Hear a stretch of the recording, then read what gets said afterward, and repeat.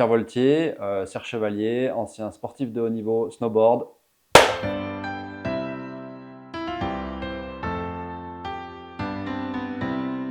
Pierre, bonjour. Bonjour Michel.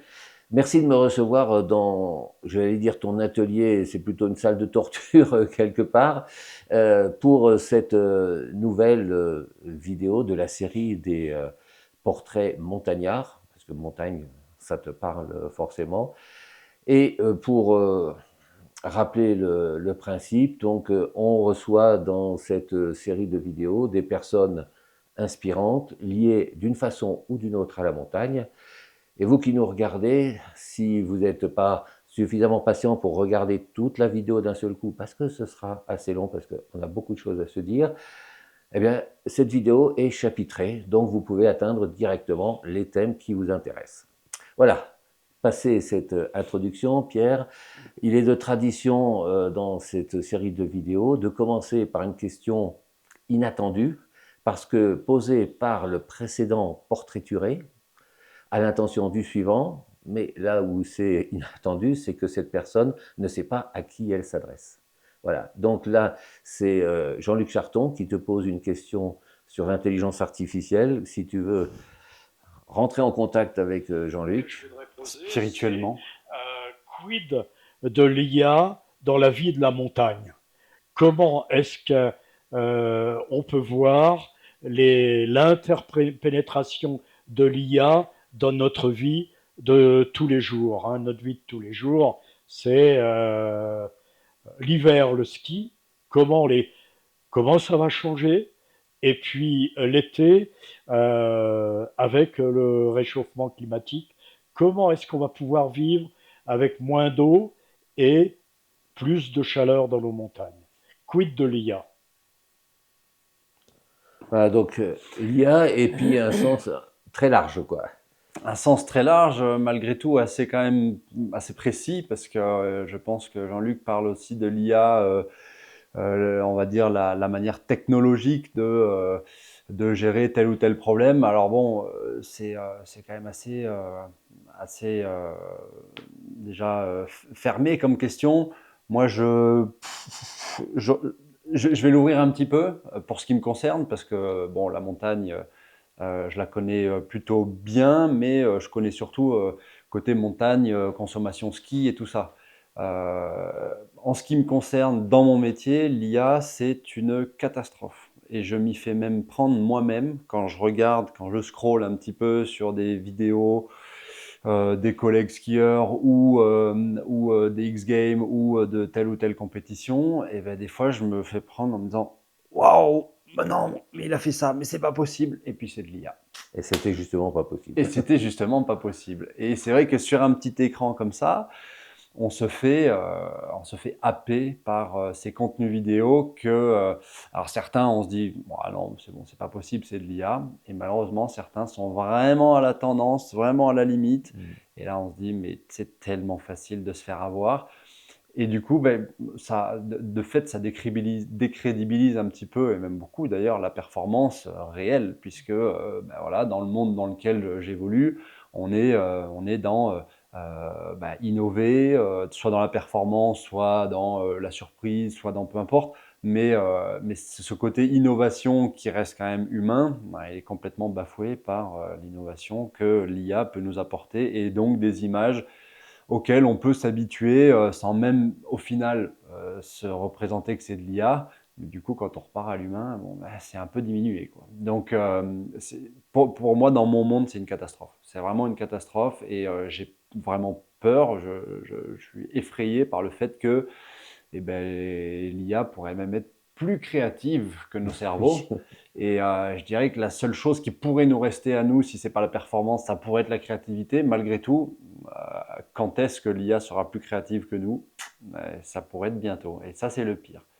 La performance, c'est autre chose. Le dopage l'a déjà dépassé. Ne serait-ce que la progression de l'être humain, des techniques d'entraînement. Voilà, on va toujours plus haut. L'IA, voilà, ça part dans des sphères qui n'ont rien à voir. Donc, très, très, très effrayant. Après, sur la question de Jean-Luc, c'est sûr que j'imagine que l'IA, sur la gestion de l'eau, en montagne et partout, il y a forcément, mais comme dans toute innovation, il y a forcément des aspects qui sont bénéfiques, et c'est d'ailleurs pour ça que le progrès est fait, hein. C'est avant tout pour avoir les aspects bénéfiques du progrès. Malheureusement, il y a aussi tout un wagon d'aspects néfastes qui s'implantent et qui, eux, forcément, on pourrait faire sans, quoi. En tout cas, la société pourrait Ouais. faire sans.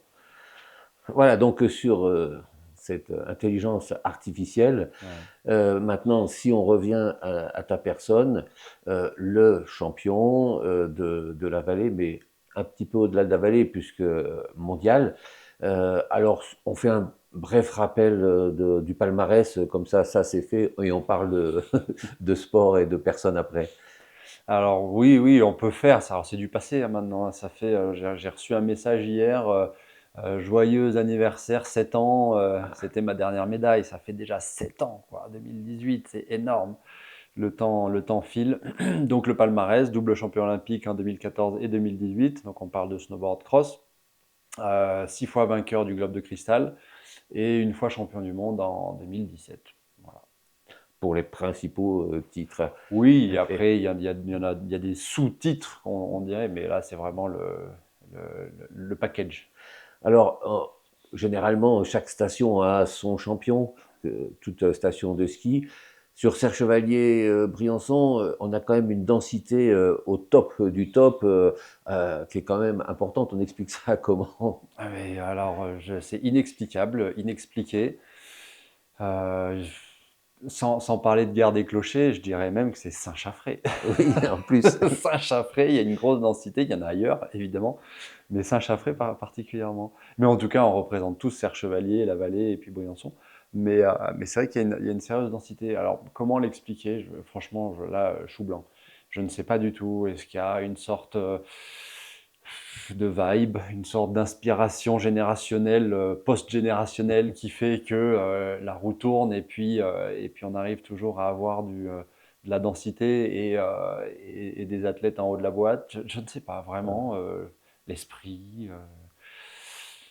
Et puis ben, les outils qu'on a aussi, parce que Serre Chevalier, c'est quand même une station qui se mérite, qui n'est pas facile à skier.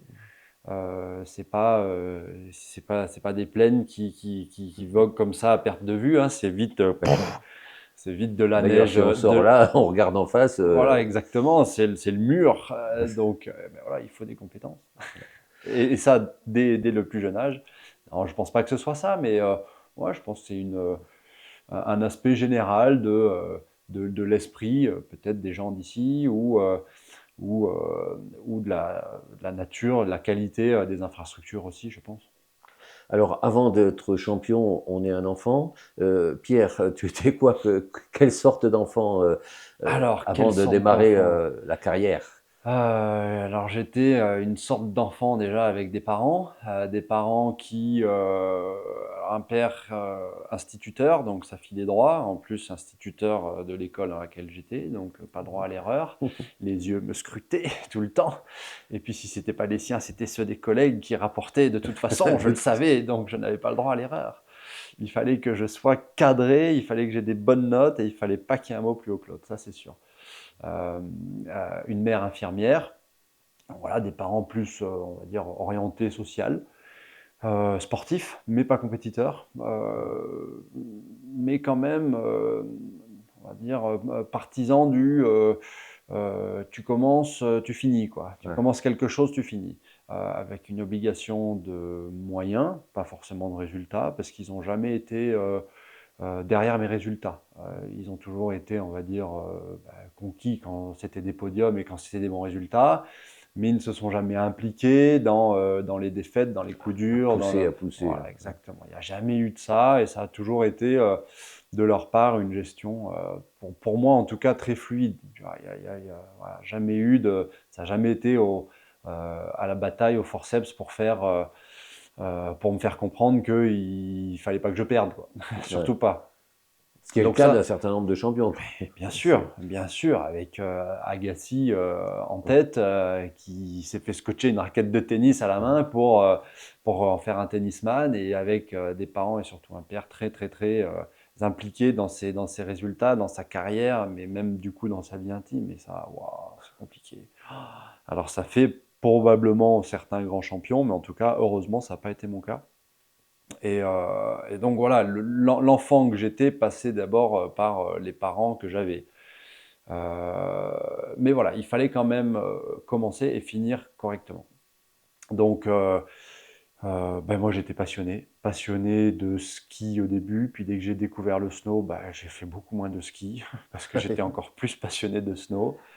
Et j'étais heureux d'aller sur les pistes, j'étais heureux de me trouver des coins, j'étais heureux des fois d'avoir le sentiment d'avoir la montagne pour moi, alors que j'étais un tout petit enfant au milieu d'une station de ski où il y a plein de monde, mais en tout cas c'est vraiment le feeling que j'avais d'avoir tout cet espace pour moi et de pouvoir le pratiquer librement. C'était vraiment pour moi la liberté, quoi. Et les temps où je pouvais aller rider en solo, j'adorais ça. J'adorais ça. J'avais besoin de personne pour aller rider. Et si on regarde ta fiche Wikipédia, puisque il y a une fiche Wikipédia sur Pierre Voltier, il est écrit que dès l'âge de 9 ans, tu as montré des qualités. Donc, en plus du plaisir de rider, tu as montré ces qualités. C'était Oui. dans le cadre d'un club? Comment ça s'est passé? Alors oui, je suis entré au club de Sercheux à l'âge de 7 ans, qu'ils appellent pré-club, parce que c'est un groupe qui est fait avant vraiment les entraînements très sérieux du club, donc c'est un peu allégé par rapport au club. Mais c'est là que se détectent aussi les compétences et je dirais les talents, si talent il y a. Pour moi, je ne sais pas s'il y avait talent, j'imagine qu'il y avait quelque chose au départ, mais il y avait surtout passion, quoi. Il y avait passion, et quand c'est passion, ben, on y pense tout le temps, et à mon avis, c'est là que le talent naît, hein. Le talent n'est pas forcément inné, le talent, c'est quelque chose qui peut au départ se détecter avec des prédispositions génétiques, musculaires, environnement, mais après, ce qui en fait un vrai talent, c'est le fait d'y penser tout le temps et d'avoir tout le temps envie d'en faire.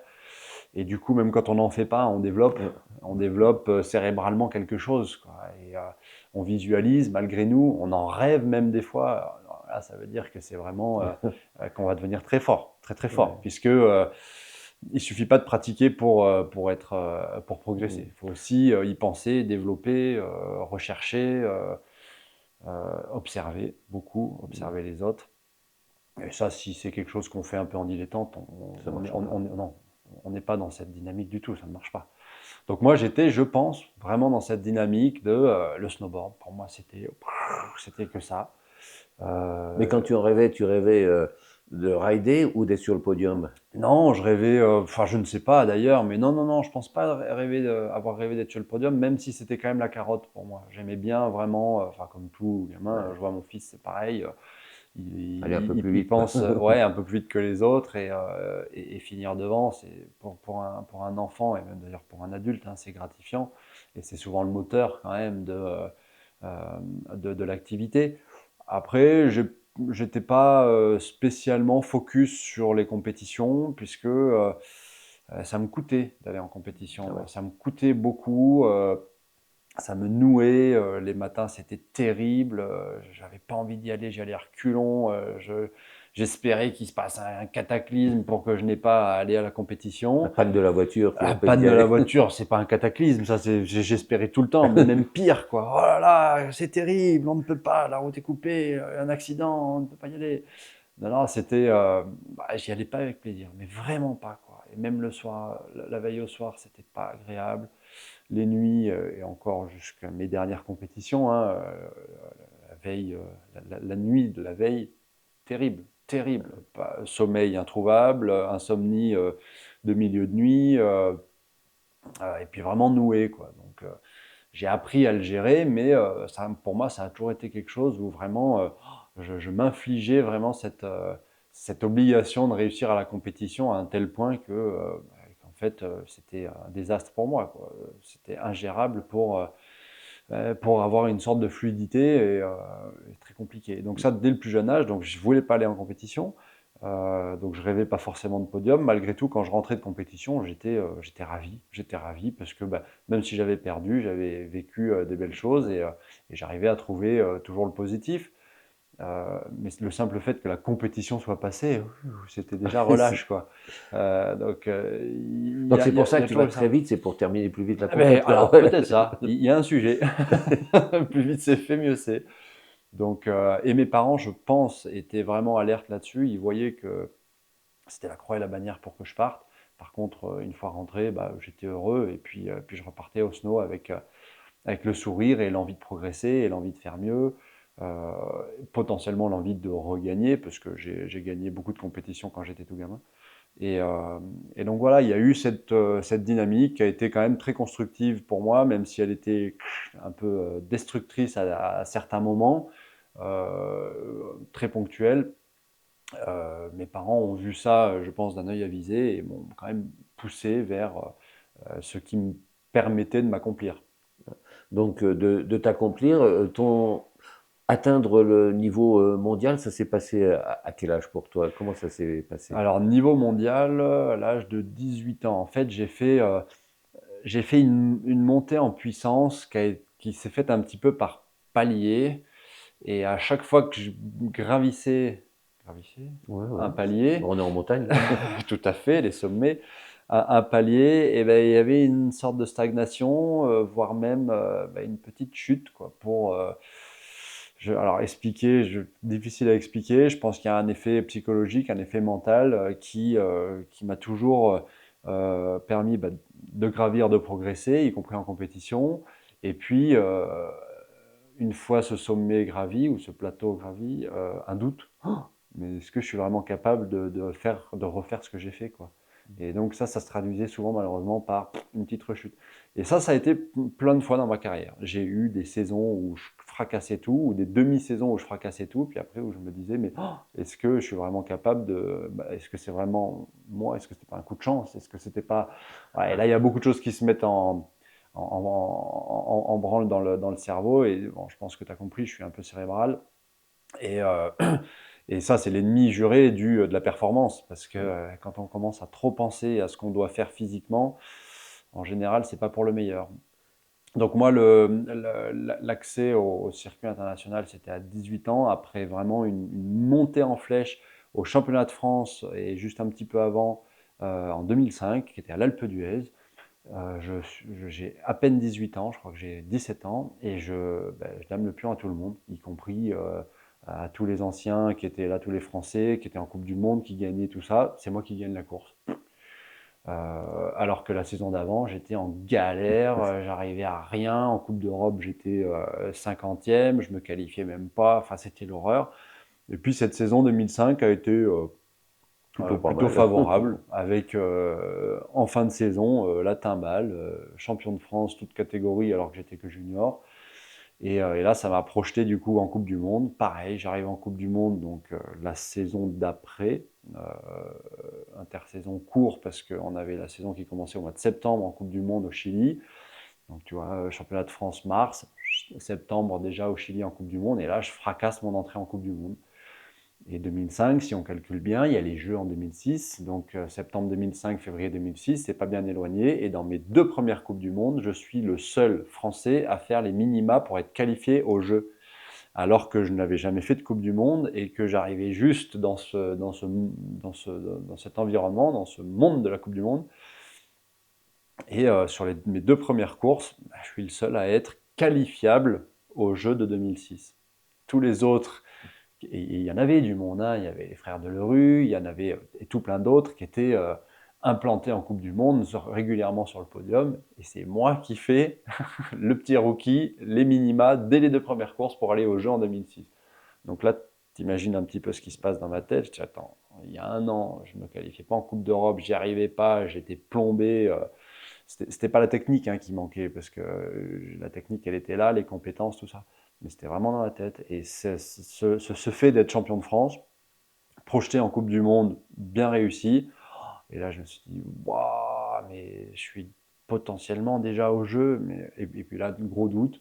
Et puis au jeu, je fais avant-dernier de la course, tu vois. Donc en fait, j'ai eu ces montées, ces descentes, et c'est pas les seuls qui ont fait. Après, ça s'est un peu stabilisé quand même, une fois arrivé en Coupe du Monde, une fois l'habitude de gagner. Parce que oui, il y a une Il y a habitude de l'habitude. gagner. Après, j'ai eu une stabilisation, on va dire, sur tous ces effets un petit peu de montagne russe. Mais, euh, mais ouais, ça n'a pas été sans mal quand même. C'était dommage pour 2006 parce que je crois que c'est la première année où le snowboard Et cross oui, était ouais, compétition olympique, tout quoi. à fait, tout à fait, tout à fait. Le géant parallèle et le pipe étaient depuis 98, donc 98, 2002. Et puis, et puis 2006, d'ailleurs 2002, moi, une inspiration phénoménale, hein. Phénoménale, avec Karine Ruby sur le haut de la boîte, avec Isabelle Blanc sur le haut de la boîte et Karine Ruby, médaille d'argent. Pour moi, tu vois, j'avais 14 ans, 13-14 ans, c'est quelque chose qui m'est resté en tête. Et c'était juste au moment où je devais choisir, parce que j'avais déjà bien baroudé en snowboard et j'avais déjà des perspectives. C'était le moment où je devais choisir entre un cursus scolaire normal, donc une seconde normale, passer de la troisième à la seconde dans un cursus normal, ou aller en sport-études à Villard-de-Lans ou Albertville. Tu vois, vraiment avec l'intention du coup de faire quelque chose de ma carrière sportive. Et ben, simplement, voilà, l'inspiration de ces Jeux Olympiques de Salt Lake City en 2002 avec les deux filles en haut de la boîte. Oh, je dis, mais moi, c'est ça que je veux faire. Moi aussi, je veux aller aux Jeux Olympiques. Alors, étonnamment, on va dire, à ce moment-là, je ne sais pas si le border cross était déjà. Oui, forcément, il était déjà euh, prédestiné à être olympique, mais j'avais ça en tête. Moi, je voulais aller aux Jeux. J'avais qu'une idée, c'était d'aller aux Jeux. Donc, voilà, j'avais le meilleur des outils pour le faire, c'était le cross, Donc, qui est arrivé en 2006, parfait. Alors, j'avais pas l'intention d'y être en 2006, mais un peu malgré moi, je m'y suis projeté, quoi. Je m'y suis catapulté de manière très soudaine, même trop soudaine, avec évidemment pas suffisamment d'armes pour, surtout au niveau cérébral, niveau psycho, pour faire face à cet enjeu que sont les jeux. alors, des difficultés dans la tête que tu évoques depuis tout à l'heure, et puis aussi dans la suite de la carrière, des soucis physiques, j'allais dire comme tous les skieurs, mais peut-être que ça a joué sur ta progression aussi, parce que ça a cassé quand Alors, même pas mal là. oui et non. Oui et non. Encore une fois, je pense qu'il y a l'approche, il y a la démarche dans les blessures. J'ai tendance à dire que toute blessure qui n'est pas irrémédiable est une chance. Parce que je l'ai compris très vite. Je me suis fracassé le dos en 2009, ici à Sercheux, sur un énorme backflip. Il y avait plein de puffs en début de saison, comme d'habitude à Sercheux. et, euh, et je me fais une fracture des lombaires. Donc, à première vue, catastrophe, puisque évidemment, fracture lombaire, c'est pas drôle. Ça peut très mal tourner. Heureusement pour moi, ça a bien tourné. J'ai pas touché la moelle, mais j'ai quand même fait une grosse fracture. Et là, je me suis dit, waouh, voilà, tout s'est écroulé autour de moi. Oh, qu'est-ce que je vais faire? Et puis, assez vite, une fois la chute réalisée, la chute psychologique aussi, et ben, au final, ça a été assez fluide. Je me suis dit, bon, ça va plutôt bien. Quelques semaines après, je commençais à remarcher normalement. Quelques mois après, je suis remonté vite fait sur la planche. Je crois même que j'ai commencé par le ski. Je suis remonté sur les skis d'abord. Et, euh, et puis, euh, et puis j'en ai profité pour observer. Pour observer, j'allais sur les Coupes du Monde à pied sans ma planche, parce que j'avais pas le droit évidemment, mais j'allais, j'observais, je regardais, j'étais sur le bord de la piste. Je me rappelle être allé en Italie comme ça, en Espagne aussi. Alors, heureusement, c'est des Coupes du Monde qui n'étaient pas trop loin. Et en fait, j'ai regardé quoi. Et ça m'a plu de voir de l'extérieur, de voir ce qui se passait quand on dézoome en fait. Et ça a été une chance pour moi. Donc la blessure n'était pas très grave, elle m'a vraiment arrêté dans ma progression, mais j'ai trouvé la solution pour progresser différemment, hein. Encore une fois, cette histoire de le talent, c'est pas que du talent, hein. Et dans le talent, il y a aussi toute une philosophie de vie, toute une réflexion. On est habité un petit peu par cette passion et moi, dans toutes mes prises de décision, ça m'a poussé à vouloir être plus fort J plus 1 que le jour J, quoi. Et toutes les Et blessures, ça a été le cas. Alors, toutes les blessures, ça a été le cas, puisque à chaque blessure, j'ai essayé, tu vois, de retourner la situation, de ne pas être atterré par la blessure, ni même par la douleur d'ailleurs, et plutôt essayer de me dire, bon, ben, qu'est-ce que je vais arriver à mettre en place pour que ben, je sois meilleur au retour, quoi. Alors, il y en a, ça a été plus difficile que d'autres. Typiquement, le dos, ça a été facile, très facile, parce que au début, c'est une grosse immobilisation. Alors d'abord, grosse opération, chantier absolu, après immobilisation, et puis après, ben, je me suis dit, ben, je vais en profiter pour me renforcer le dos, pour être vraiment costaud du dos. Donc j'ai fait tous les entraînements, ergothérapie, gainage, tout ça, pour vraiment reprendre la base de la posture, la base du gainage. Et ça m'a vachement aidé pour la suite, mais énormément. Parce que ça m'a remis une base de préparation physique que je n'avais pas avant, au final. Donc voilà. Alors ensuite, il y a eu la cheville. La cheville, ça a été vraiment un combat plus mental, et je pense que j'ai gagné une bataille plus mentale que physique. Parce que en 2012, je m'éclate la cheville en Italie. L'astragale, le talus, qui est un tout petit os au milieu de la cheville, qui fait la jonction entre le calcanéum, les métatarses et le tibia. Et ben je l'éclate, mais en mode pilon dans le petit bout d'os là, à tel point que le tibia était incrusté dans l'astragale, qui n'est pas un gros os. Donc éclaté en 1000 morceaux, grosse opération, pareil, des vis partout dans un petit os qui fait la taille d'une la taille d'une noix, un peu plus gros. Et, euh, et là, mon chir, dès le début de la consultation, qui me dit, mais bon, là, tu n'arriveras plus à refaire du snowboard, c'est pas possible. Si même tu arrives à remarcher, ce sera bien, quoi. Tu as même une 50% de chance que ton os y nécrose et qu'on te verrouille la cheville à jamais, quoi. Ça fait un Donc, choc. gros choc. Et ben, moi, je me suis dit, non, c'est pas possible. Moi, c'est impossible. Je vais continuer. J'y arriverai. Mon os ne va pas nécroser. Je vais tout faire contre. Bon, ça se contrôle pas toujours. Euh, et puis, même si ça va pas, je remonterai sur la planche. Et ben voilà, bataille psychologique gagnée, certainement avec quelques facteurs chance aussi qui ont fait que ça s'est bien passé. Mais le tableau initial était noir, de chez noir foncé. Et puis, un an après, 13 mois après, je regagne une Coupe du Monde, tu vois. Donc, et là, psychologiquement, j'ai gagné. Ouais, Alors que d'autres blessures, c'était plutôt le côté physique euh, contre lequel je me battais. Là, c'était surtout psychologique, physique évidemment aussi. Et puis aussi douleur, quoi, parce que bon, la douleur, c'est souvent quelque chose qui entrave les progressions. L'appréhension, beaucoup. Et sur la cheville, j'ai eu beaucoup de travail psychologique contre l'appréhension du retour et tout ça. Et en fait, chez tous les athlètes de haut niveau, tout le monde devrait être picousé à ça. L'appréhension quand on reprend après une grosse blessure, c'est un truc, il faut le travailler largement en amont. Et moi, je l'avais compris un peu pour le dos et pour la cheville. Je me suis mis à fond là-dedans en me disant, en visualisant tout le temps, non, quand je repartirai, j'aurai mal, mais c'est pas grave. On ignore la douleur. Il faut faire sans. Il faut tourner autour. Il faut trouver des solutions. Il faut pas s'arrêter à une douleur qui pourrait nous freiner dans notre progression. Une fois qu'on est reparti, on est reparti. Et le cerveau, on le pose. On n'a pas peur, on n'est pas effrayé de quoi que ce soit, on oublie sa blessure et on y va avec les éléments qu'on a. Donc des fois, oui, la douleur est un élément, on fait avec, mais on trouve des solutions.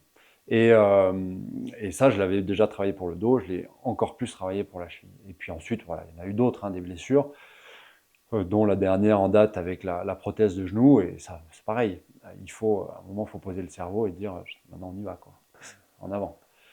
Donc non, la blessure est une chance. Moi, ça a toujours été le cas, sauf pour la prothèse, qui est vraiment un truc, pour le coup, c'est irrémédiable, hein, j'ai plus mon genou, c'est plus le mien, quoi. Mais pour toutes les autres blessures, ça a été l'objectif ultime, c'est de revenir plus fort. Et ça a toujours marché. et c'est parce que c'est une discipline qui est spectaculaire pour le public. Donc, tu as pu avoir l'occasion de le voir en tant que public. C'est spectaculaire et certainement dangereux à pratiquer. Alors oui, le facteur risque, il est évident.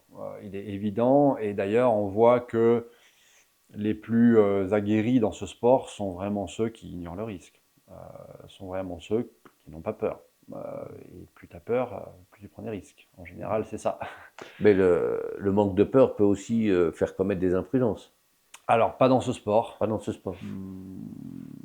Ouais, ou alors dans des cas très spécifiques, mais disons que la peur, c'est le principal ennemi de la lucidité, quoi. Quand on a peur, on n'est plus lucide. Alors que quand on n'a pas peur, on est lucide, on a toutes les chances de prendre les bonnes décisions puisqu'on est lucide. À l'inverse, la peur, bah, c'est un biais, hein, c'est un biais psychologique qui nous dit ouh là là, et puis on nous prend la mauvaise décision parce qu'on a eu peur. Je pense que l'effet lucidité dans notre sport, c'est vraiment quelque chose d'important. Il faut essayer de voir tout au ralenti, quoi. Et quand on a peur, on voit pas au ralenti, on voit en accéléré. Et on pense à rien d'autre Alors, que rien là, au d'autre. moment où on est. Ah, c'est sûr, il n'y a rien du tout, du tout, du tout. Il y a juste des situations, il y a des images. C'est juste des images, c'est du traitement d'images pur et simple, quoi. Image et son peut-être aussi. Image et son, oui. Alors le son, ouais, ça dépend. Quand on est dans le paquet, le Ouais. son, il est diffus, quoi. Mais quand on est devant, Mais quand on est devant, il y a beaucoup de son, ça c'est sûr. Ça c'est on entend évident. les gens derrière, Ouais, quoi. ouais, complètement. Là, tu as tout dit. Non, c'est vraiment ce traitement d'image. Et moi, je vois, je revois des instants de flow où en fait, j'ai vraiment l'impression d'avoir un traitement d'image accéléré, quoi. Ou alors des images autour de moi qui sont au ralenti et où je maîtrise, je contrôle et j'ai le temps de prendre mes décisions en toute lucidité. Et c'est des moments qui sont finement perceptibles, mais qui sont extrêmement agréables, surtout a posteriori où on se dit waouh, là j'ai géré, quoi. Et justement, a posteriori, est-ce que tu revois le déroulé complet de ta course? Ah non, jamais. Jamais. Oh là là, jamais, jamais, jamais, jamais. Impossible. Non, c'est que des flashs, quoi. C'est Ouais. subliminal.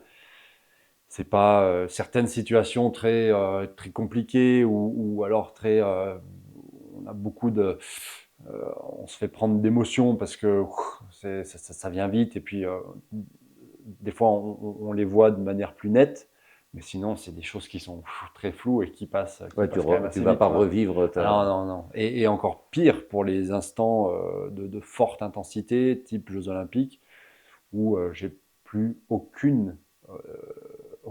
aucune mémoire, aucune Ah image qui oui. me ressort. Un blackout total. Moi, je vois juste les images par l'intermédiaire de France Télé, tu vois. Et justement, tu as revu un peu tes courses après Ah, beaucoup, bah oui, maintes fois, maintes fois, maintes fois, de toute façon, à plusieurs occasions. Et puis, tu sais, j'ai aussi une activité je fais des interventions en entreprise. Alors, je ne suis pas conférencier, mais voilà, je viens discuter de mon parcours, comment gagner, comment gérer la pression, comment tout ça dans les entreprises. Et donc, forcément, je revois les images à chaque fois, à chaque fois, à chaque fois. Ça me fait plus grand-chose, même si, malgré tout, j'espère toujours que je vais gagner. Parce que bon, toujours le doute avant. toujours le doute qu'il y a quelque chose qui change en cours de route. Donc, non, non, c'est un plaisir de les revoir, même si maintenant je les connais absolument par cœur. Mais, Alors, la carrière, au bout d'un moment, va s'achever. On disait, il y a 7 ans de ça. ouais, Pourquoi ça alors 6 s'arrête? ans. Alors, il y a 6 ans, je me fais une, euh, une, j'ai une grosse chondrolyse du genou, donc c'est les cartilages qui se désintègrent, chondrolyse foudroyante à la suite euh, d'une contusion osseuse, quelque chose d'absolument insolite. Je suis en vélo à 5 km/h, bêtement je passe par-dessus le vélo, je reçois un coup sur le genou, et là le début du calvaire. Donc ça c'était en 2019, donc un an après ma médaille. Donc j'ai fait la saison 2019 que j'ai ratée parce que je fais une commotion cérébrale au championnat du monde. Donc saison pratiquement blanche. Début de saison très compliqué, saison après pratiquement blanche. Et puis juste en fin de saison, je me fais ça. Et là, mais le calvaire absolu du patient hospitalisé. C'est-à-dire que je suis allé à l'hôpital pour une contusion osseuse et une arthrite inflammatoire. Et en gros, je ressors avec une prothèse 2 ans Ah oui. après, quoi. Ouais, un an et demi après. Donc très très compliqué. Des, ouais, des choses assez inexplicables et inexpliquées toujours sur ce qui s'est passé sur ce genou. Toujours est-il que mon cartilage s'est absolument délité après quelques mois d'arthrite inflammatoire, beaucoup de sang dans le genou, beaucoup d'acidité, qui ont fait que mes os se sont pelés à blanc et que j'avais plus du tout de cartilage, plus du tout, et que la seule solution que je puisse remarcher, c'était la prothèse, quoi. Est-ce que tu penses que c'est lié justement à l'usure liée à la discipline? Alors, visiblement non, puisque les examens de début de blessure étaient quand même plutôt convaincants, c'était plutôt rassurant, quoi. Il y avait pas de grosse usure. J'avais une petite usure du ligament, du cartilage suite justement à ce ligament croisé que j'ai endommagé juste avant les Jeux de 2014, parce qu'en 2014 je cours sans les ligaments croisés. Et, euh, et donc j'avais quand même une petite usure du cartilage, mais qui n'explique absolument pas cette chondrolyse foudroyante qui s'est opérée en l'espace de 8 mois.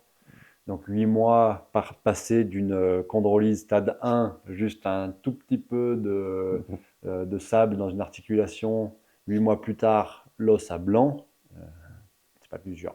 Oui, C'est plus de l'usure du tout, c'est chimique. C'est chimique, c'est une dissolution chimique de mes cartilages. Et effectivement, quand mon prothésiste m'a opéré, il m'a dit bah, moi, j'ai jamais vu ça, des lambeaux de cartilage qui flottent dans le genou, qui sont plus attachés à l'os, qui flottent dans le genou, dans le liquide synovial du genou, parce que j'avais un genou, c'était plus un genou, c'était un ventre. Donc beaucoup de liquide, les lambeaux de cartilage qui flottent. Enfin, moi, j'ai l'image en tête, qui est sûrement très faussée, d'un aquarium avec des espèces de vieilles peaux qui flottent, tu vois. Je ne sais pas si c'était ça, mais en tout cas sur les eaux, il n'y avait plus rien, quoi. C'était vraiment le bord de l'aquarium, tu vois. Alors, comme tu positives généralement ce genre de difficultés, la compétition terminée, ça t'empêche pas de rebondir. T'es pas écœuré de la neige, t'es pas écœuré de la montagne, tu continues autrement. Surtout pas écœuré, au grand. Et c'est justement à ce moment-là que je me suis rendu compte à quel point cet environnement, cette pratique, ce monde de la neige m'était cher. Tu vois. Des fois, je me suis un peu perdu dans ma carrière en me disant est-ce que c'est vraiment le sport qui me fait kiffer ou est-ce que c'est la victoire qui me fait kiffer, tu vois. Et puis, ben, en arrivant vers la fin, je me suis vraiment rendu compte que c'était pas la victoire, parce que même sans la victoire, j'avais vraiment envie de faire du snowboard et j'avais vraiment envie de créer encore des choses. Alors bon, quand on est athlète de haut niveau, on ne crée pas grand-chose, on se crée de l'émotion, souvent négative, parfois heureusement positive.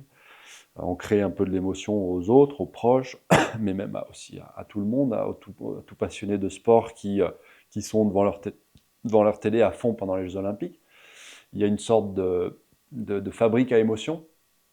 Moi, je voulais continuer en créant quelque chose de plus concret, tu vois, vraiment de plus précis. Et c'est pour ça que très vite, dès 2019 d'ailleurs, juste avant ma blessure, j'avais déjà un petit peu impulsé cette créativité sans avoir l'intention d'en faire vraiment mon cœur de métier. Ou en tout cas, ma reconversion slash transition, quoi. J'avais quand même vraiment l'intention d'aller aux Jeux Olympiques encore une fois. Ça aurait été mes 5e Jeux en Chine, avec potentiellement la possibilité d'être porte-drapeau, puisque double médaillé, puisque 5e A. Ça n'a pas été possible en 2022 à cause de ma prothèse, malgré une forte intention d'y aller jusque 2 mois avant d'y aller. Un cas médico-légal qui m'a empêché de pouvoir y aller. Mais bon, j'étais prêt, je m'entraînais, j'étais avec le groupe, j'étais parti pour aller au jeu avec une prothèse. Et du coup, de fait de cette interdiction, eh ben, j'ai fait de cette créativité vraiment une marque intentionnelle de continuer mon bout de chemin dans le snowboard. Et de là sont venues ces vidéos, ces petites créations, cette réflexion que faire de sympa et d'inédit avec les outils que j'ai. Donc moi, les outils que j'avais, déjà, c'était ma passion. c'était mes capacités de ride, de flow, notamment, et ça s'est vu dans toute ma carrière, des sections de start. Tu vois, donc la section de start, c'est de la porte, en gros, jusqu'au premier virage, où c'est souvent des modules très vifs, très découpés. Et ben, moi, je me suis dit, c'est ça que j'aime en fait. J'adore faire ça. Et j'adore quand les sauts sont de plus en plus grands et que je prends de plus en plus d'air et que ça passe bien, tu vois, et que ça passe précis et que ça passe, Oui, il y a et une que ça certaine passe, élégance aussi. voilà, exactement, et que ça passe moelleux, tu vois, et que c'est satisfaisant, c'est élégant, c'est satisfaisant. Et ben voilà, j'en ai fait ma marque, mon identité avec les vidéos que j'ai tournées avec Red Bull notamment, qui est mon partenaire depuis 2011, avec Sercheux aussi, qui est mon partenaire depuis des décennies, et puis avec cette identité esthétique, cette identité de flow, et encore une fois d'élégance, comme tu l'as bien dit, pour faire quelque chose, pour proposer quelque chose qu'on n'a jamais vu et que les gens aiment regarder, quoi. Donc il y a eu plusieurs vidéos, il y en a une d'ailleurs qui sort là tout bientôt, le 20 février. On mettra le lien On un petit mettra le peu lien. dessous. Et puis d'autres que j'ai fait en solo, quoi, en solo parce que je suis inspiré et puis parce que, comme tu le sais, quand il neige, j'ai des idées Ouais. et que ça me plaît de repousser euh, la barrière de la créativité en m'exprimant à ma manière. Et m'exprimer à ma manière, c'est des choses qui sont en images ultra léchées, des parcours qui sont drôles et de la surprise quand j'ai des vraiment bonnes idées, quoi.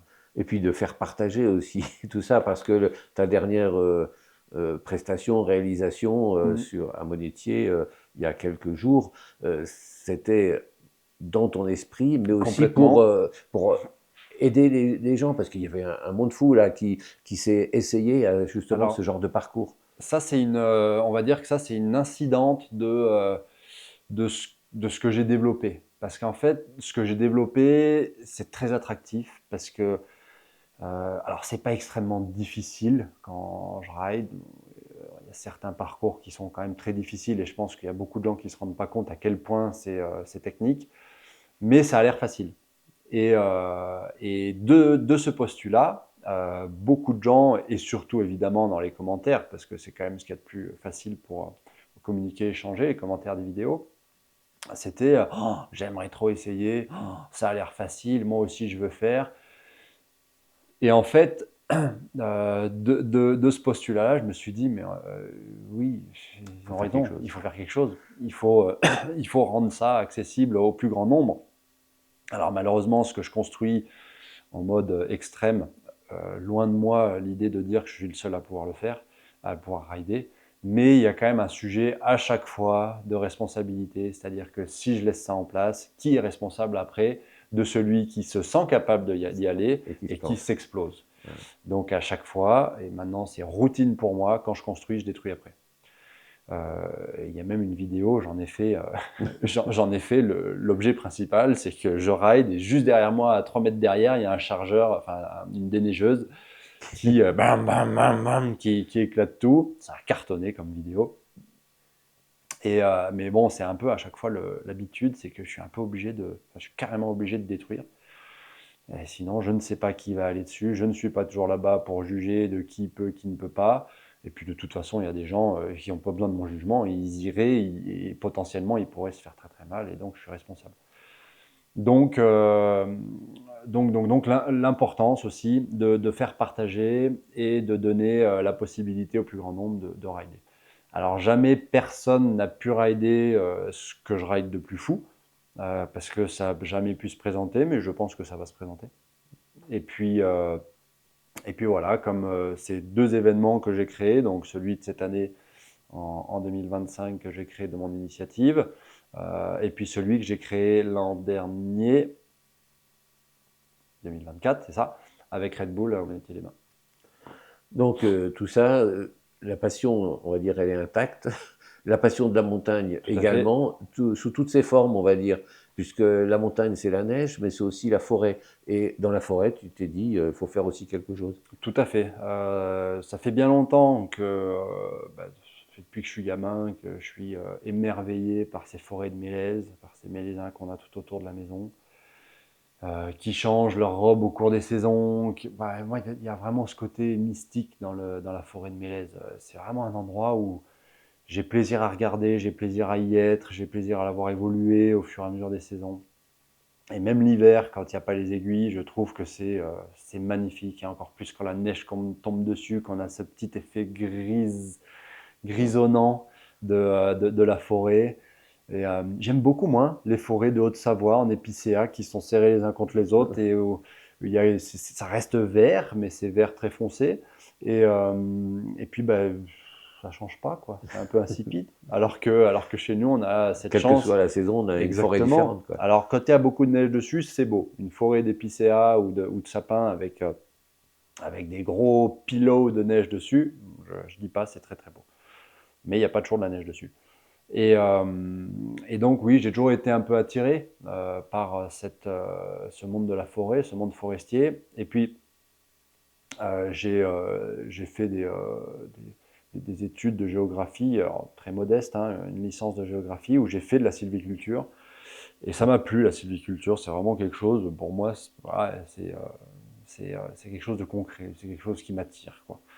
Et donc, avant Covid, justement, avec ce genou en vrac qui ne me permettait plus de pouvoir m'exprimer en sport et encore moins sur la board, je me suis dit, je vais mettre mon temps à profit pour une autre cause et une cause un petit peu plus globale, celle de la forêt, parce que c'est vraiment ce qui me correspond, quoi.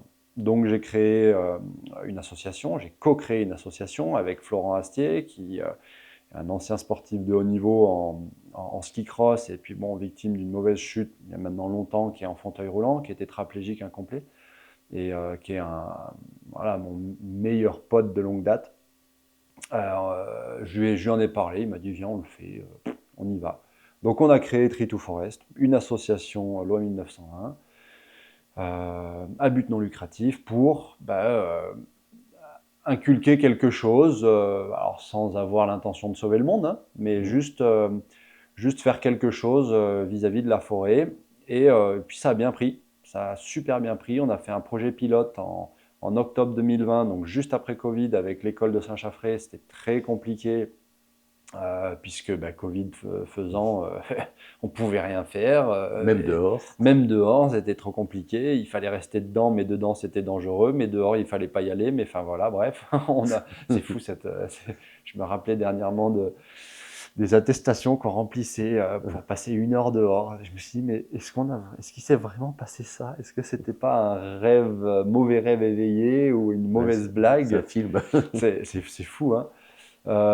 Et puis en fait, on a fait cet événement pilote qui a super bien marché avec l'école de Saint-Chaffré, avec la mairie aussi, et puis l'ONF. On a planté simplement 200 mélèzes dans une parcelle qui avait été déboisée pour de la fouage et qui avait du mal à reprendre.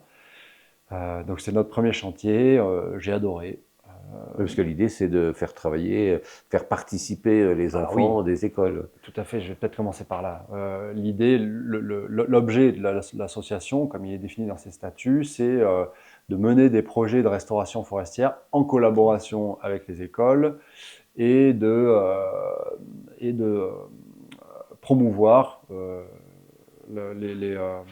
l'importance de la forêt. Donc ça, ce sont les statuts. Donc voilà, on est en plein dedans. On était dans le bois des Aiguilles à planter des arbres avec les enfants. En général, ce qu'on fait aussi dans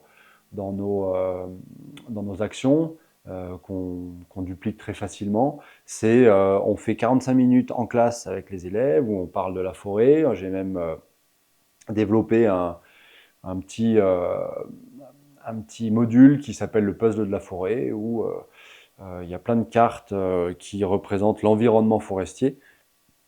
Et il faut simplement connecter les cartes avec des flèches et puis on se rend compte à la fin que tout est connecté. Partout. C'est ça, déjà qu'on peut mettre des flèches dans tous les sens. Et puis qu'il y a plein de boucles de rétroaction aussi. Euh, et donc quand on arrive à faire ça aux élèves en classe, ils sont par groupe de 4-5, qu'il y a une bonne dynamique et qu'on voit des flèches partout et que ça a du sens, on se dit que en fait c'est facilement intelligible et que les enfants, il suffit de leur montrer ça, de leur faire ça pour qu'ils se rendent compte de l'importance imbriquée de tous les éléments qui caractérisent le milieu forestier. Donc ça dure 45 minutes en classe et puis après on les emmène sur un chantier en forêt où on plante des arbres par centaines. Et quand on leur dit on va planter aujourd'hui 500 arbres, oh, 500 arbres, ah, ça paraît énorme. Et puis en fait ça passe en 1 heure et c'est fait. Et puis ça va très très vite. Et on essaie vraiment de leur donner cet empowerment, tu vois, le fait de leur montrer qu'ils peuvent avoir du pouvoir dessus, quoi. Et concrètement, quoi. Et concrètement, avec vraiment le fait de planter les arbres. Donc ça résonne d'autant plus sur le jeu qu'on leur fait faire en classe, où ils arrivent dans le milieu forestier. Alors certains, ils y vont malheureusement pas. Malgré tout, bon, on n'arrivera pas à les raccrocher là-dessus. On n'en fera pas des bêtes de sylviculture, mais quand même, on essaie de les rapprocher de cet environnement et on essaie vraiment d'interconnecter le cheminement pédagogique pour qu'ils puissent y retrouver du sens pendant la classe, sur le terrain et même après la classe. Même après, puisque moi j'ai eu l'occasion de te suivre plusieurs fois en fait. reportage et plusieurs gamins me disaient mais moi je vais emmener mes parents, hein. Et oui. Il faut qu'ils voient ce que j'ai fait. Oui, quoi. complètement. Et il y en a, oui, tout à fait. Alors je ne sais pas trop s'ils le font, mais ils ont vraiment l'intention, la ferme intention de revenir et de voir si l'arbre a poussé. Bon, je pense que ça fait beaucoup de déçus, parce que bon, malheureusement, il y en a beaucoup qui meurent. Hein. Voilà, c'est pour ça qu'on en plante beaucoup. Mais en plus, ça pousse pas très très vite, quoi, par rapport à un enfant. L'enfant va pousser plus vite, l'arbre moins vite, mais après l'arbre ira beaucoup plus haut. Donc c'est toujours ce qu'on leur dit. Mais il y a vraiment cette intention de se projeter sur l'avenir pour les enfants, de leur regard de 7, allez, on va dire 8-11 ans, de se dire, voilà, dans quelques mois, comment il sera mon arbre. Alors nous, on essaie de pousser la réflexion d'autant plus loin, parce que malheureusement, le rythme de la forêt n'est même pas le rythme de l'homme. Enfin bon, il y a des arbres qui poussent plus vite que d'autres. Oui, quoi. oui, bien sûr, mais nous, ce qu'on essaie de planter, c'est pas trop des arbres de production, c'est pas des essences de production. Enfin, le mélèze est une essence de production, mais bon, c'est la production pour dans 100 ans, quoi. Donc, voilà, Non, parce que moi, faut pas trop se projeter. Je me souviens, mon grand-père, quand je suis né, a planté un arbre dans le jardin. Bon, c'était un sapin. Ouais. Et on allait le voir régulièrement. Et c'est vrai qu'une fois qu'on était ado et qu'on a grandi à l'âge adulte, on avait un arbre important, quoi. C'est vrai. Et il y a un attachement, quand même.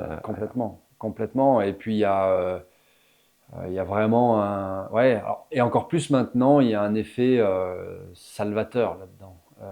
Et aussi pour beaucoup, alors pas pour les enfants, mais un effet un peu salutaire, quoi. Parce qu'on est dans une période écologique où on est plein de contradictions et du coup, il y a un peu cet effet du salut, quoi. Quand on plante des arbres, bon, on a l'impression de faire au moins quelque chose de bien par rapport à tout ce qu'on fait de mal à côté.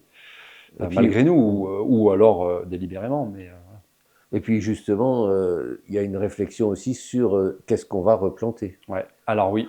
Parce que les arbres qui ont des difficultés aujourd'hui, Ouais. La température remonte, on ne peut pas planter la même chose. Quoi. Ouais. Ça c'est un vrai sujet qui, je pense, qui a déjà fait son chemin largement chez les experts, hein, et notamment à l'ONF, qui sont quand même les plus grands experts à grande échelle, on va dire, de la forêt. Moi, je ne suis pas expert, j'ai fait un peu de sylviculture, je comprends les mécanismes, mais voilà, je ne suis pas expert. Malgré tout, nous, on a vraiment le besoin de s'entourer là-dessus. La plupart des chantiers qu'on mène sont en collaboration avec l'ONF, sur des terrains communaux qui sont soumis au régime de l'ONF. Donc, on a vraiment cette dynamique, même, je dirais, cette autoroute avec l'ONF où on arrive à collaborer là-dessus et justement à faire dans les choses dans le bon sens. Pas planter n'importe quoi, n'importe où, ou pas planter des essences, que je dirais, d'hier, aujourd'hui, et qu'on sait qu'elles seront condamnées. Maintenant, on a commencé aussi à faire quelques chantiers en terrain privé. notamment avec la Fondation Edith Selzer à Briançon, qui a beaucoup de terrains et qui nous a mis à disposition des terrains. Et là, c'est vrai que l'ONF n'est pas au-dessus de notre épaule pour nous dire quoi faire, comment faire. Ben bon, ils ont quand même Ils sont là. donné quelques idées. Exactement, ils sont là. Sur les derniers chantiers, le technicien ONF était là de son propre chef. Voilà, je l'ai invité. Il m'a dit, moi, je viens avec grand plaisir. Et c'est vrai que ces petites informations que j'arrive à leur soutirer, pour moi, c'est de leur embarras, parce que j'ai vraiment pas envie, on n'a vraiment pas envie au sein de l'association de faire du mal quoi, sur les essences qu'on plante. Ça serait quand même oui, c'est contradictoire. Ouais, contradictoire. Donc oui, il y a vraiment tout ça pour dire qu'il y a vraiment cette approche de que planter aujourd'hui. Est-ce que ce sera en adéquation avec le climat de demain? Malgré tout, le climat de demain, on ne sait pas. On sait que ça ne sera pas terrible. Mais est-ce que ce sera suffisamment, est-ce qu'on sera suffisamment en anticipation ou est-ce qu'il faut plus anticiper voilà. Et puis d'une manière générale, sur les biomes, sur l'aspect vraiment biologique de notre environnement, oui, le réchauffement climatique réchauffe, mais oui, les vagues de froid sont encore là, quoi. Donc on ne peut pas se dire, on peut pas oublier tout le biome qui nous entoure pour simplement le remplacer. Ça ne marche pas, parce que celui avec lequel on remplacera ne sera pas adapté, puisqu'il y a encore des reliquats de climat d'aujourd'hui et même des fois d'hier avec des vagues de froid. C'est ce qui fait que c'est compliqué. C'est ce qui fait que c'est compliqué. C'est vraiment ces grandes variations dont on parle beaucoup, dont on entend beaucoup parler, ces grandes variations, avant-hier il faisait moins 18 et demain il fera peut-être plus 5 ou même plus, parce qu'on a même des variations qui vont au-delà de ça. Donc c'est toute la difficulté de la chose. Bon, au bout d'un moment, moi je me fais pas d'illusions, hein, la nature fait les choses beaucoup mieux que nous. Nous, on est bon pour la détruire, ça c'est sûr, mais la meilleure des résiliences de la nature viendra de la nature, c'est évident. Alors si on revient justement à la nature, à la neige, dans 5 ans, aujourd'hui on est en 2030, oui, Jeux Olympiques, oui. Demain va être mis en place officiellement le comité d'organisation. Bon, c'est pas un scoop, Édouard Gros-Piron, le premier des bosseurs français, sera à la tête de ce COJO. Il faut pas oublier le P à la fin. COJO, ouais. Et bon, tu n'étais pas candidat, toi, t'étais pas... Non, je n'étais pas candidat. Et quelle place tu te vois dans ce dispositif? Et pour l'instant, j'aimerais bien que tout se mette en place pour voir où est-ce que je pourrais éventuellement, s'ils veulent de moi, où est-ce que je pourrais m'impliquer, où est-ce que je pourrais être casé. Mais moi, à première vue, et peut-être un peu contre toute logique, j'ai pas une intention vraiment forte d'avoir une place de premier plan là-dedans. C'est à Serre-Chevalier, Montgenèvre aussi, et puis d'autres stations.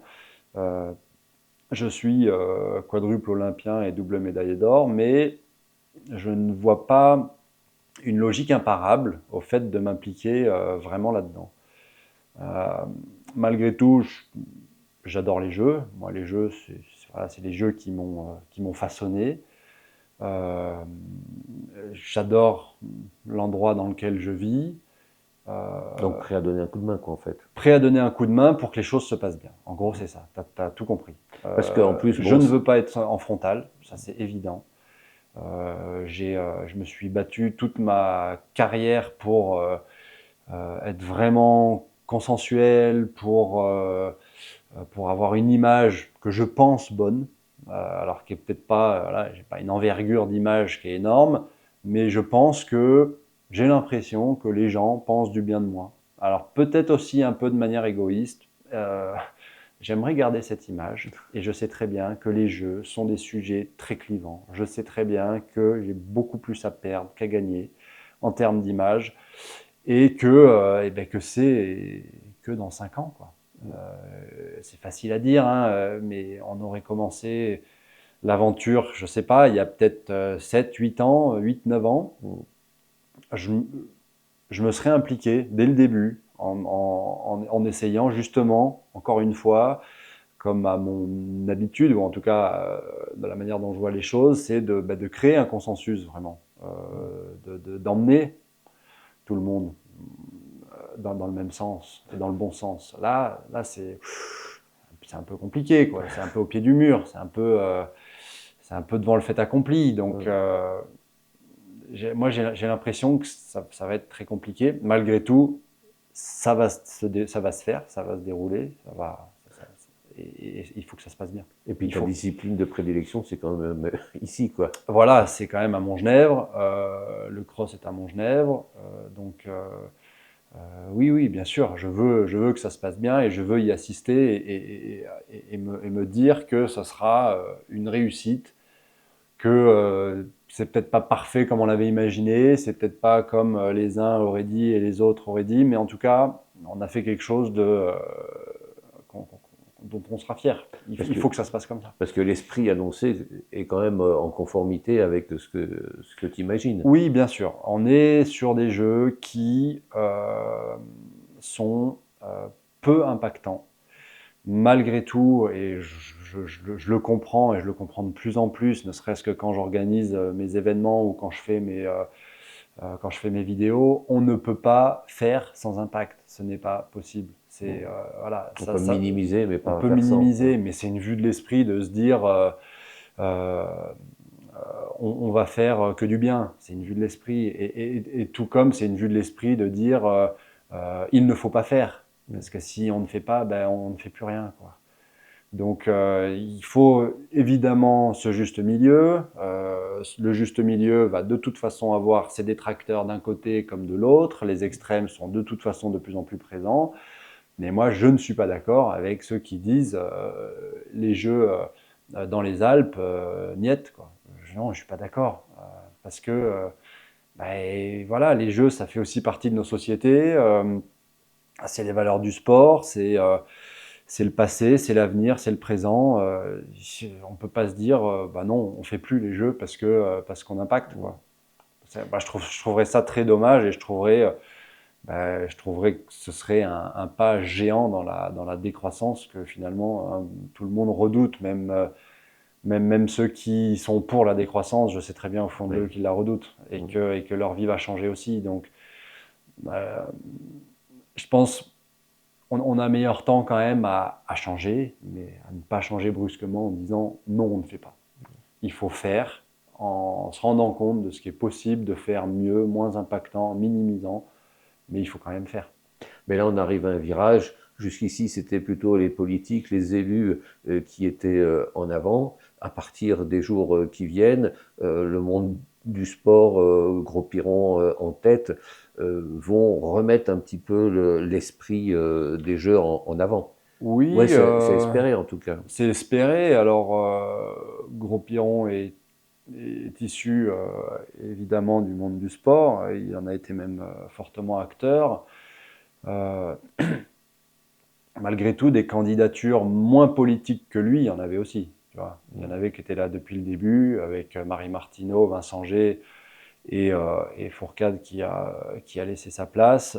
C'était des gens qui étaient là depuis le début et qui se sont vus finalement dire bah non, on n'a pas besoin de vous, on va prendre quelqu'un d'autre.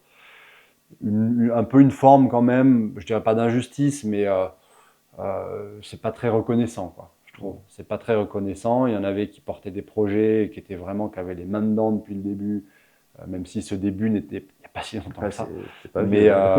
Mais voilà, Gros-Piron qui a été sollicité et qui a répondu présent face à d'autres qui ont vraiment travaillé le dossier parce qu'ils voulaient porter un projet. Alors, moi, j'ai absolument rien contre Edgar Gros-Piron, notamment qu'on ne se connaît pas du tout. Je ne sais même pas si on s'est peut-être vu une ou deux fois, mais on ne se connaît absolument pas. Et moi, j'ai absolument aucun jugement sur Edgar Gros-Piron, mais simplement voilà, dans l'articulation des choses, il faut quand même garder à l'esprit qu'il y avait vraiment des gens qui voulaient porter un dossier fort depuis le début et qui ont été évincés. Voilà.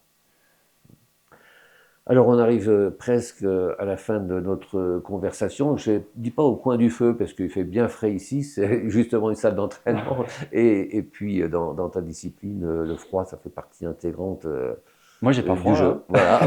Bah, moi, j'ai gardé la polaire. Voilà.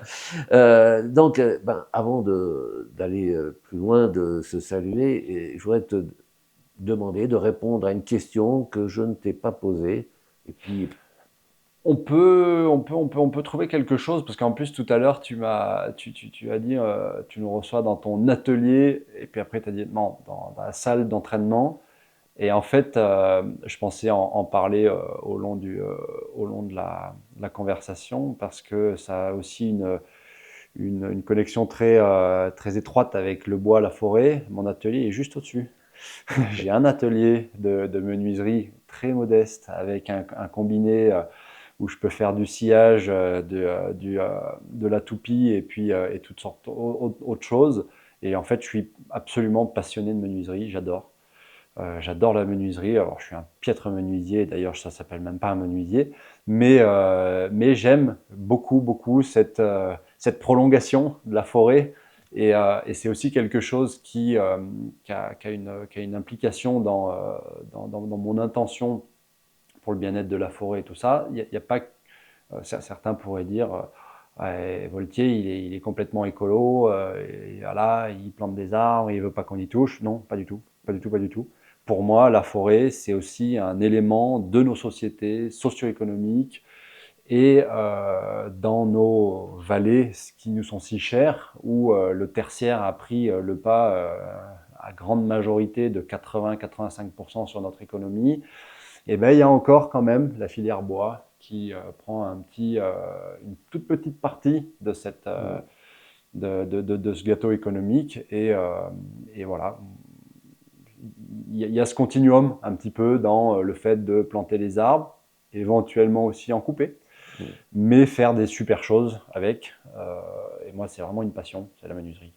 et menuiserie implique d'être précis, de faire des coups comme il faut. Complètement. Et quand tu crées des modules, tu Mais es dans le même esprit. on a un fil rouge, totalement.